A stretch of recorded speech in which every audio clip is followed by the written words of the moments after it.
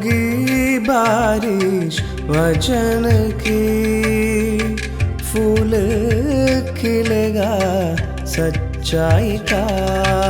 सत्यम सत्यम सत्यम सत्यम सत्यम सत्यम सत्यम सत्यम।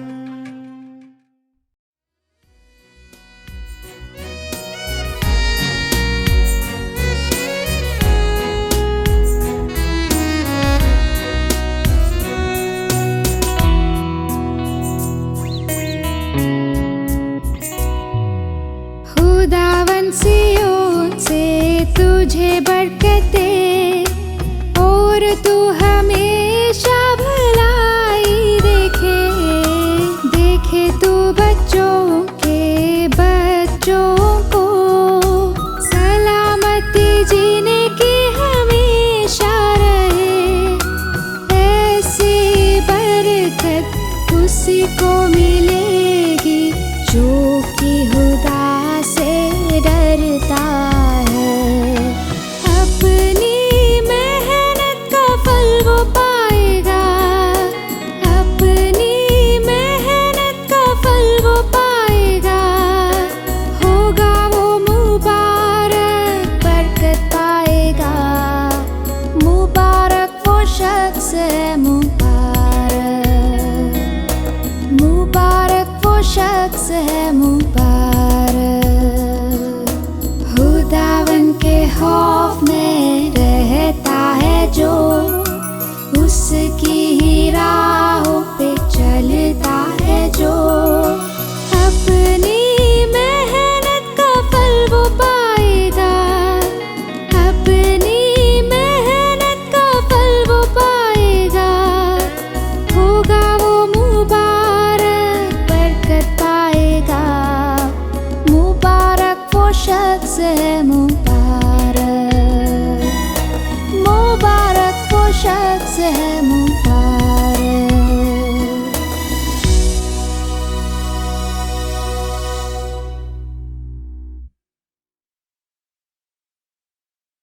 प्यारे दर्शकों, हम अगापे सुसमाचार सेवकाई की ओर से सत्यम सत्यम सत्यम कार्यक्रम के माध्यम से प्रभु यीशु मसीह का सुसमाचार आपके लिए लेके आए हैं। सुनने वाले हर एक भाई बहनों का मैं धन्यवाद करता हूँ। आज अब तक ये परमेश्वर का अनमोल वचन लेकर आने का सुंदर अवसर मुझे मिला। उस परमेश्वर का भी मैं धन्यवादी हूँ। उस परमेश्वर ने ये सुनहरा अवसर मुझे दिया। आज खुशी के साथ परमेश्वर का अनमोल वचन मैं आपके सामने लेकर आया हूँ। आज इस वचनों के द्वारा थोड़ा समय उस प्रेमी परमेश्वर के हृदय के बारे में मैं आपसे बात करना चाहता हूँ। सच में परमेश्वर का अनमोल वचन हमारे साथ बात करता है, हमें आश्वासन देता है, हमें धीरज देता है, क्योंकि परमेश्वर का वचन सामर्थ्यशाली है और अपने पवित्र आत्मा के द्वारा परमेश्वर हमसे बात करता है। कुछ साल पहले एक कहानी मैंने सुनी। वो कहानी आज भी मुझे याद है। एक सुंदर कहानी थी, एक परमेश्वर के दास ने बताई थी। वो कहानी ऐसी थी एक किसान की, जो किसान अपने खेती में हल चला रहा था और हल चलाते समय उस किसान को एक झाड़ी में एक अंडा मिलता है और वो किसान कुछ सोचता नहीं, उसे लगता है वो अंडा मैं ले लूं और लेकर मैं अपने घर लेकर जाऊं। और वो उस अंडे को लेकर अपने घर आता है। उसके घर में मुर्गी कुछ अंडों के साथ बच्चे निकालने के लिए वहाँ बिठाई गई थी और वो उस अंडे को उस मुर्गी के नीचे रखता है। मुर्गी भी मना नहीं करती। कुछ दिन जाने के बाद सारे अंडों से बच्चे बाहर आते हैं और बाहर आने के बाद वो मुर्गी के पीछे, मुर्गी जहाँ जाती थी वहाँ जाते थे। वो जो खाती थी वो खाते थे, वो जो पीती थी वो पीते थे, और जो कुछ वो करती थी उस गंदगी में जाती थी वहाँ भी वो सब बच्चे जाते थे। एक दिन एक समय ऐसा आता है, एक उकाब की मादी उस आकाश से मंडरा रही थी और जब वो मंडरा रही थी उस समय उस मुर्गी और वो बच्चों के ऊपर वो अपना ध्यान लाती है।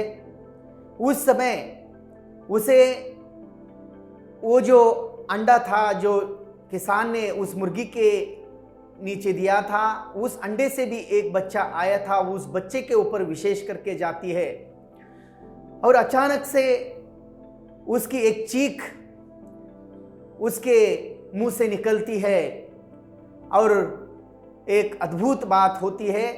उस चीख निकलने से जो उस किसान ने जो अंडा मुर्गी के नीचे बिठाया था, उस अंडे से जो बच्चा आया था उसके पैरों में बल आता है, ताकत आती है। और जब ताकत आती है तो वो बच्चा अपने पैरों को फैलाता है और उड़ जाता है और वो उकाब की मादी जहाँ है वहाँ उसके पास चला जाता है। इस कहानी से हम क्या देखते हैं? इंसान भी अपनी पाप की अवस्था में ऐसे ही जीवन जीता है। जो नहीं करना है वो करता है, पाप की गंदगी में खोया रहता है। लेकिन एक समय जो सृष्टिकर्ता उत्पन्नकर्ता परमेश्वर की वाणी आती है तो वो भी अपनी पापमय अवस्था से बाहर आता है। ऐसे सृष्टिकर्ता परमेश्वर का प्यार, उसकी ममता हमारे लिए है। जब हम जानते हैं तो हम पाप में जीवन नहीं जीते हैं, आपे से बाहर आते हैं और परमेश्वर की इच्छा से, जो परमेश्वर के बच्चे का जो जीवन है, परमेश्वर की संतान का जो जीवन है, जीना शुरू करते हैं। आज पवित्र शास्त्र बाइबल से वही बात से मैं प्रेमी परमेश्वर के हृदय के बारे में 3 बातों को बताऊंगा। प्रेमी परमेश्वर के हृदय की 3 बातों के बारे में मैं आपको बताना चाहता हूं। और खुद यीशु मसीह ने पवित्र शास्त्र बाइबल में उस दृष्टांत को बताया। बहुत ही एक परिचित और एक अच्छा दृष्टांत वहाँ बताया है, मैं यहाँ पढ़ना चाहता हूँ। लूका का शुभ वर्तमान 15वां अध्याय और उसका 11 से 22 तक वचन मैं इस समय पढ़ूंगा। फिर उसने कहा, किसी मनुष्य के 2 पुत्र थे। उनमें से छोटे ने पिता से कहा, हे पिता, संपत्ति में से जो भाग मेरा हो वो मुझे दे। उसने उनको अपनी संपत्ति बांट दी। बहुत दिन न बीते थे कि छोटा पुत्र सब कुछ इकट्ठा करके दूर देश को चला गया और वहां कुकर्म में अपनी संपत्ति उड़ा दी। जब वह सब कुछ खर्च कर चुका तो उस देश में बड़ा अकाल पड़ा और वो कंगाल हो गया। इसलिए वो देश के निवासियों में से एक के यहाँ जा पड़ा। उसने उसे अपने खेतों में सूअर चराने के लिए भेजा और वो चाहता था कि उन फलियों से जिन्हें सूअर खाते थे अपना पेट भरे, और उसे कोई कुछ नहीं देता था। जब वो अपने आपे से आया तब कहने लगा, मेरे पिता के कितने ही मजदूरों को भोजन से अधिक रोटी मिलती है और मैं यहाँ भूखा मर रहा हूँ। मैं अब उठकर अपने पिता के पास जाऊँगा और उससे कहूँगा कि पिताजी, मैंने स्वर्ग के विरोध में और तेरी दृष्टि में पाप किया है। अब इस योग्य नहीं रहा कि तेरा पुत्र कहलाऊं। मुझे आपने एक मजदूर के समान रख ले। तब वो उठकर अपने पिता के पास चला। वो अभी दूर ही था कि उसके पिता ने उसे देखकर तरस खाया और दौड़कर उसे गले लगाया और बहुत चूमा। पुत्र ने उससे कहा, पिता, जो मैंने स्वर्ग के विरोध में और तेरी दृष्टि में पाप किया है और अब इस योग्य नहीं रहा कि तेरा पुत्र कहलाऊं। परंतु पिता ने अपने दासों से कहा, झट अच्छे से अच्छा वस्त्र निकालकर उसे पहनाओ और उसके हाथ में अंगूठी और पाँव में जूतियां पहनाओ। प्रभु यीशु मसीह ने ये दृष्टांत बताया और इस दृष्टांत में एक 3 बातों को हम प्रेमी परमेश्वर के हृदय के बारे में देखते हैं। पहली जो बात है परमेश्वर के हृदय के बारे में, वो बात है परमेश्वर का हृदय विस्तृत है, बड़ा हृदय है। हम देखते हैं उठाओ, ये जो दृष्टांत है उठाओ पुत्र का दृष्टांत बताया गया। उठाओ इसका मतलब यही है कि उड़ाने वाला, चैनी और गंवाने वाला। और हम देखते हैं कि इस कहानी में हमने क्या पढ़ा। एक पिता के 2 पुत्र थे और छोटे ने कहा कि हे पिता, मेरे संपत्ति का भाग मुझे दे दे। और हम देखते हैं शायद उसको अपने पिता के घर में अच्छा नहीं लगा, उसका मन वहाँ नहीं लग रहा था। इतने दिन वो वहाँ था, लेकिन हम देखते हैं अभी वो अपने संपत्ति का भाग अपने पिता को मांग रहा है। पिता ने भी वहाँ ज़्यादा देर नहीं लगाई, लेकिन दोनों पुत्रों को समान भाग में संपत्ति बांट दी। दोनों पुत्रों को समान भाग दे दिया। हम देखते हैं प्यार में ये परमेश्वर का बड़ा हृदय, हम उसके बारे में सोचते समय ये पिता को हम सामने रखते हैं। पिता उस समय उसने कभी कभी हम सोचेंगे कि वहाँ देने के लिए क्या जरूरत थी। वैसे तो हम देखते हैं पिता की संपत्ति पुत्रों की है और मरने के बाद तो अधिकार से वो संपत्ति उनकी होती है, लेकिन पिता के मरने तक उसको समय नहीं है। छोटा पुत्र अपनी संपत्ति पिता को मांगता है। शायद वहाँ उसने पिता के विरोध में बात की होगी, वहाँ अट्टहास किया होगा, मुझे चाहिए मुझे चाहिए। तो पिता को भी लगा उसको दे दे, और पिता ने वहाँ उस संपत्ति का जो भाग है दोनों पुत्रों में समान बांट दिया। और हम देखते हैं पिता ने वहाँ दे दिया। प्यार में स्वतंत्रता है। और हम देखते हैं कि वैसे तो पिता मरने के बाद वो संपत्ति पुत्रों की है, लेकिन उसके पास समय नहीं है और पिता ने भी दे दिया। कभी कभी हम हमारे पुत्रों को स्वतंत्रता देते हैं। हम हमारे बच्चों के ऊपर प्यार करते हैं और उसको कहते हैं वहाँ मत जाओ, यहाँ मत जाओ, ये मत कर, वो मत कर। ऐसा करेंगे तो हम देखते हैं कि थोड़ा कुछ प्यार में गड़बड़ी है। लेकिन हम पुत्रों को कहते हैं आपको जो करना है करो, जहाँ जाना है जाओ, लेकिन बुराई से बचो। यहाँ भी हम देखते हैं कि पिता ने उसको संपत्ति दे दी, पिता ने वो जो भाग है उसको बांट दिया, लेकिन थोड़ा समय गया, उसने क्या किया, सारी संपत्ति को ले लिया, इकट्ठा कर दिया, जमा किया। शायद बेचा होगा, पैसा मिला और वो पैसा वो लेकर गया, दूर देश में चला गया और दूर देश में जाकर वहाँ क्या किया, बुराइयों में अपनी संपत्ति को खर्च किया। पूरी बुराई में अपनी संपत्ति उड़ा दी। हम देखते हैं पवित्र शास्त्र बाइबल में भी परमेश्वर ने आदम को निर्माण किया था, उसकी सृष्टि की थी, और उस समय परमेश्वर ने आदम को स्वतंत्रता दी, स्वतंत्र इच्छा दी थी, और उसे कहा था जो बाकी पेड़ों के जो फल है तुझे चाहे उतने खा, जैसे जब चाहे उस समय खा सकता है, लेकिन वो जीवन और मरण का जो ज्ञान करने वाला उस पेड़ को छूना नहीं, परमेश्वर ने बताया था। स्वतंत्रता थी, और स्वतंत्रता का उपयोग उसने, हम देखते हैं, बुराई के लिए किया, और हम उसका परिणाम उसके जीवन में देखते हैं। वो उसका जीवन पाप में पड़ गया, वो परमेश्वर की नज़र से मर गया, मृत हो गया।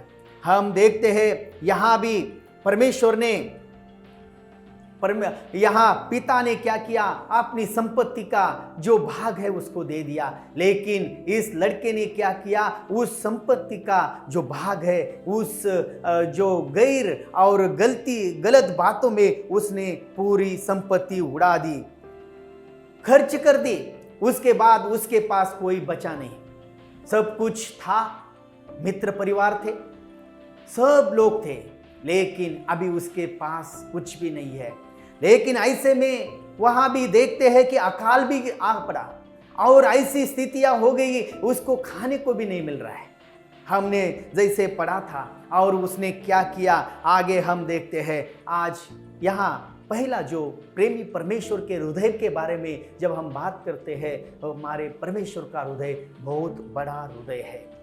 हमें स्वतंत्रता जरूर दी है, लेकिन उस स्वतंत्रता को हम परमेश्वर के जो दायरे में है, स्वतंत्रता को वहाँ पा सकते हैं।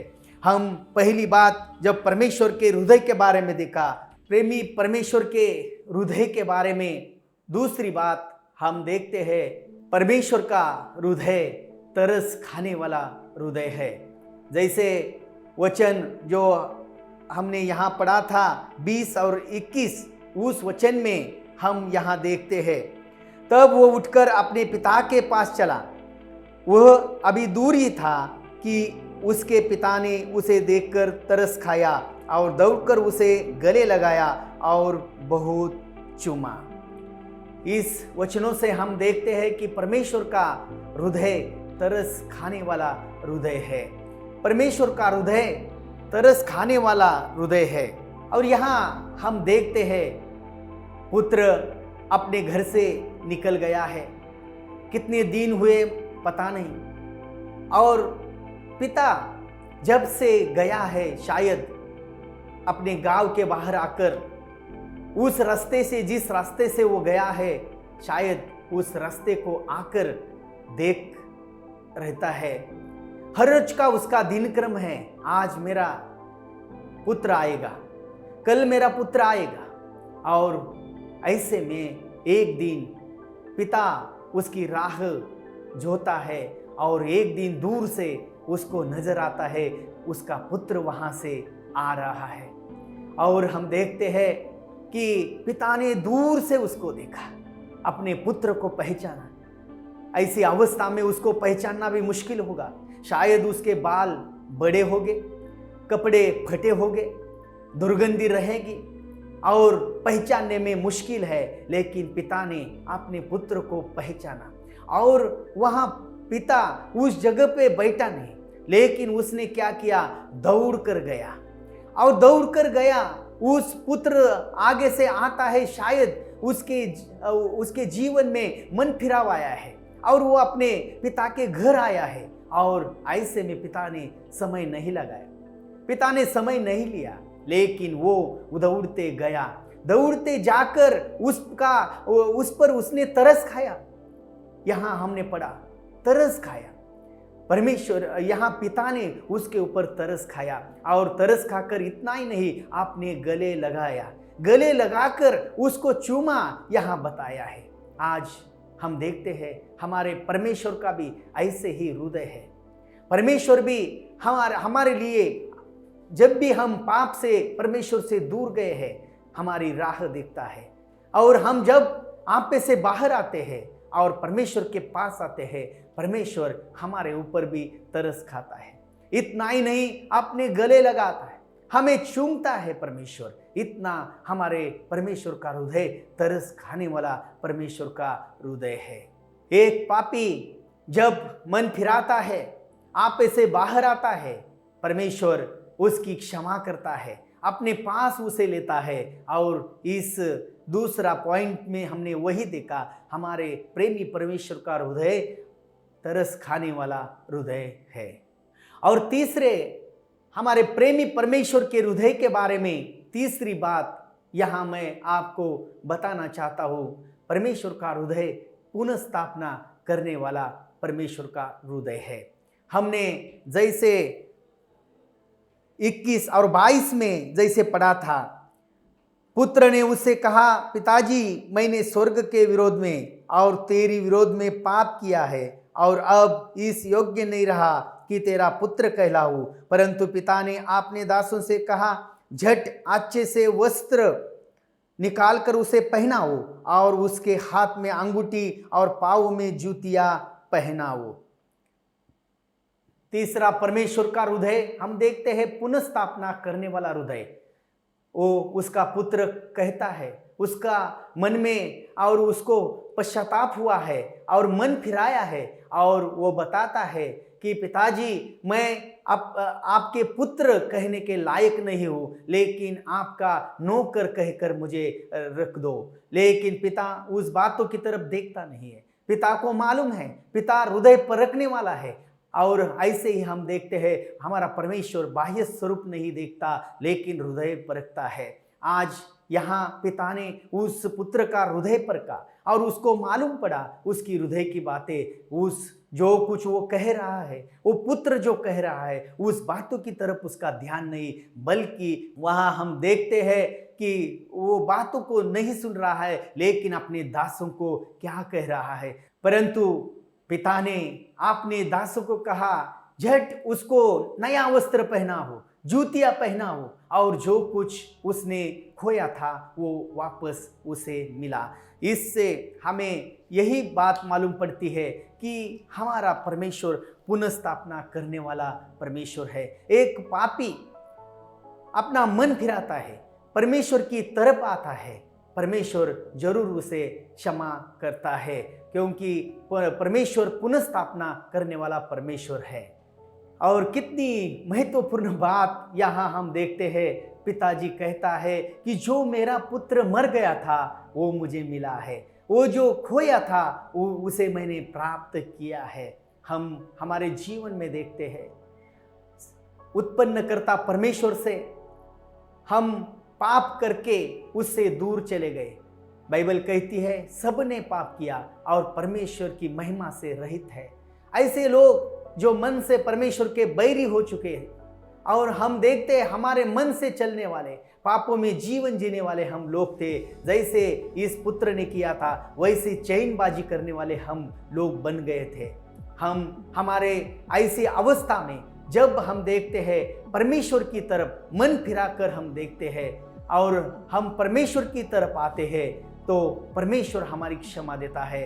हम कितनी महत्वपूर्ण बात को पवित्र शास्त्र से पढ़ते हैं, इंसान ने जरूर पाप किया लेकिन उस पाप के लिए परमेश्वर ने एक बड़ा कार्य किया, अपना एकलौता पुत्र प्रभु यीशु मसीह जो त्रिएक परमेश्वर, उसमें से दूसरा व्यक्तित्व जो प्रभु यीशु मसीह स्वर्ग से धरती पर आया। धरती पर आकर सारे संसार का पाप अपने ऊपर लिया, हमारा पाप अपने ऊपर लिया। वो कालवरी के क्रूस पर मारा गया, गाड़ा गया, तीसरे दिन जीवित उठा, आज भी पिता के दाहिने हाथ में विराजमान है। कितनी महत्वपूर्ण बात की, आज एक पापी व्यक्ति अपना पाप कबूल करता है, अपना पाप अपना पाप कबूल करके परमेश्वर से क्षमा मांगता है, परमेश्वर के पास आता है, प्रभु यीशु मसीह के पास आता है और कहता है मैं पापी हूँ और मेरे बदले में तू मारा गया, गाड़ा गया और तीसरे दिन जीवित उठा। वो विश्वास रखता है, विश्वास के साथ उस परमेश्वर की ओर देखता है। आज उस परमेश्वर के उस महान हृदय का हमें अनुभव हमारे जीवन में आता है। परमेश्वर का हृदय बड़ा है, जरूर वो हमारी क्षमा करेगा, हमारे पाप वो ढक देगा, हमारे पापों को भूलेगा। और हम देखते हैं इतना ही नहीं, वो हमें वो अपने बाहू में ले लेगा, हमें चूमेगा। ऐसा परमेश्वर का तरस खाने वाला हृदय है। इतना ही नहीं, जो भी हम पाप के कारण खोया है, जो पाप के कारण हमने जो बर्बाद किया है, आज परमेश्वर हमारी पुनर्स्थापना करेगा हमारे जीवन में। बस हमें इतना ही करना है। मेरे भाई बहनों, आज मैं अपने हृदय के साथ आपको विनती करता हूँ, ये संदेश को आपने सुना और आज उस परमेश्वर के बारे में आपने जाना। आज आप विश्वास करो, उस परमेश्वर ने अपना इकलौता पुत्र प्रभु यीशु मसीह इस धरती पर भेजा और सारे इंसान का पाप उसने उसके ऊपर रखा और वो काल्वरी के क्रूस पर मारा गया, गाड़ा गया, तीसरे दिन जीवित उठा। आज इस विश्वास के साथ उस परमेश्वर की तरफ आप देखोगे, परमेश्वर आपको उद्धार देगा, परमेश्वर हमको उद्धार देगा, क्योंकि परमेश्वर ने हमें उद्धार देने के लिए अपना इकलौता बेटा भेज दिया। हम जरूर पाप से दूर चले गए थे, लेकिन परमेश्वर ने हमारे लिए अपने प्यार का प्रमाण दिया और अपने इकलौते बेटे को भी बचा के नहीं रखा, लेकिन हमारे लिए दिया। आज उस पुत्र के ऊपर, प्रभु यीशु मसीह के ऊपर हम विश्वास करें। प्रभु परमेश्वर हमें उस प्रभु यीशु मसीह के ऊपर उस विश्वास करके उद्धार पाने के लिए और परमेश्वर का अनुग्रह हमारे जीवन में आने के लिए हमें सहायता अनुग्रह प्रदान करे। आमीन। इस समय हम प्रार्थना करेंगे। हमारे अनुग्रहकारी प्यारे पिता, तू जो स्वर्ग में पवित्र सिंहासन के ऊपर विराजमान है, सृष्टि का निर्माण करता तू परमेश्वर है। आज तेरे हृदय के बारे में हमने बातें देखी, वो समझने के लिए हम सबको पवित्र आत्मा का अनुग्रह दिया, इसके लिए धन्यवाद। प्यारे पिता, सुनने वाले हर एक भाई बहनों के जीवन के लिए प्रार्थना है। जो उद्धार पाए हैं उनके लिए धन्यवाद, जो अब तक उद्धार नहीं पाए उनको तेरी ओर प्रभु यीशु मसीह के ऊपर भरोसा करने के लिए, अपना उद्धारकर्ता के रूप में स्वीकार करने के लिए, अपना पाप कबूल कर कर प्रभु यीशु मसीह का देह धारण और प्रभु यीशु मसीह का मृत्यु और उसका जी उठने के ऊपर विश्वास करने के लिए अनुग्रह प्रदान करना, ये प्रार्थना मैं मांगता हूँ हमारे उद्धारकर्ता प्यारे प्रभु यीशु मसीह के द्वारा। आमीन। यीशु मसीह के बारे में या बाइबल के बातें के विषयों के बारे में अधिक जानकारी लेना चाहते हैं या आपके समस्या के बारे में आप प्रार्थना रखना चाहते हैं या कोई सुझाव हमारे पास बताना चाहते हैं, तो हमारे पते पे आप ज़रूर लिखिए। हमारा पता है अगापे गॉस्पेल मिनिस्ट्री 87 मैत्री नगर, कोलम 691002। हमारा ईमेल आईडी है satyamsatyamai@gmail.com। आप हमें फ़ोन या व्हाट्सएप के माध्यम से भी संपर्क कर सकते हैं। हमारा फ़ोन नंबर है 7898160067 या फिर 9960156585 पर भी संपर्क कर सकते हैं। इस प्रकार के संदेश को और भी सुनने के लिए हमारे YouTube चैनल सत्यम सत्यमय या हमारे Facebook पेज सत्यम सत्यमय पर जाएं। परमेश्वर आप सबको आशीषित करे। होगी बारिश वचन की, फूल खिलेगा सच्चाई का। सत्यम सत्यम सत्यम सत्यम सत्यम सत्यम सत्यम।